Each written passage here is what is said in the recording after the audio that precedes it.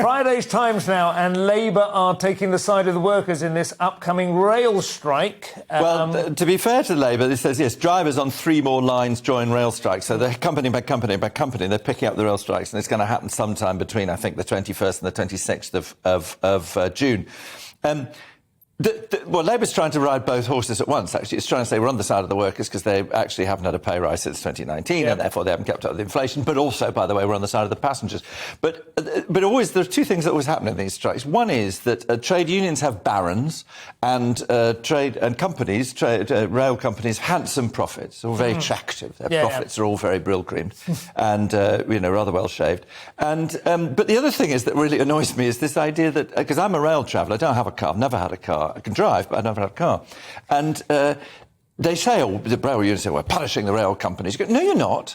And it's like those sketches, do you remember in the silent movies where somebody swings a plank and you duck and I hit Simon in the face with a plank? Yeah. It's always us. It's always the damn passengers. Well, I mean, we really must resist going on a Southern Rail rant because that could take up the rest of the programme for But I once said there was a picket outside the station once, and I went up to the picket and I said to the chap, I said, hello. I said, genuinely, I'd quite like to know, what you're on strike for. He said, well, talk to him. He said, point at this other bloke. I went, well, he's talking to somebody else, and I'd quite like to ask you. I said, you've got official picket. He says, you deaf? He's going to... And you thought, he really hasn't got much interest in winning me round to his face. I've had a couple of conversations really with Southern Rail employees just at Hoe Station about, and honestly trying to start off quite polite, and they seek or said, what is your take on this, Stephen? I mean, you're a reasonably sort of union-friendly individual, aren't you? I am, and I sympathise with the absolute core level behind the strike, which is the fact that their earnings have not been linked. And I know there are a lot of people out there going, well, hang on a second, a lot of people are in financial dire straits right now. Why should that be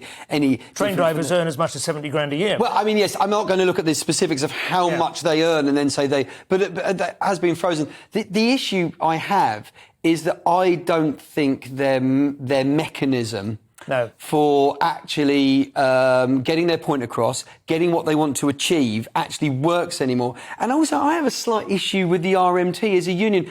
You remember, this is a pro-Brexit union. They do have a very strong sense of our way or the highway. OK. And I don't... they're the drivers' union, right? The drivers... ASLEF is more like the actual rail workers. And you have the I think, Tessa or something like that, who actually are the station master... I think they call that, and the ones who work in the actual... There's 3 separate unions that cover it, and they're all working together. It's nationwide, so this is very much coordinated, so they very much feel strongly about this. However, I don't think their approach is targeting the right people. And they need one thing, and I hate to say it, but I do agree with Boris Johnson on this. There are antiquated notions of how to run and where to employ people. Well, it's worth pointing out in that respect that there are 2 issues here. RMT are claiming that it's a pay issue, I think, and ASLEF are claiming that it's an issue about the fact that their jobs... It's an existential crisis. So it's so it is guardless trains and so on and so forth. But I remember one of the people saying to me, well, the thing is, it's only the guard who can look out and see along the train.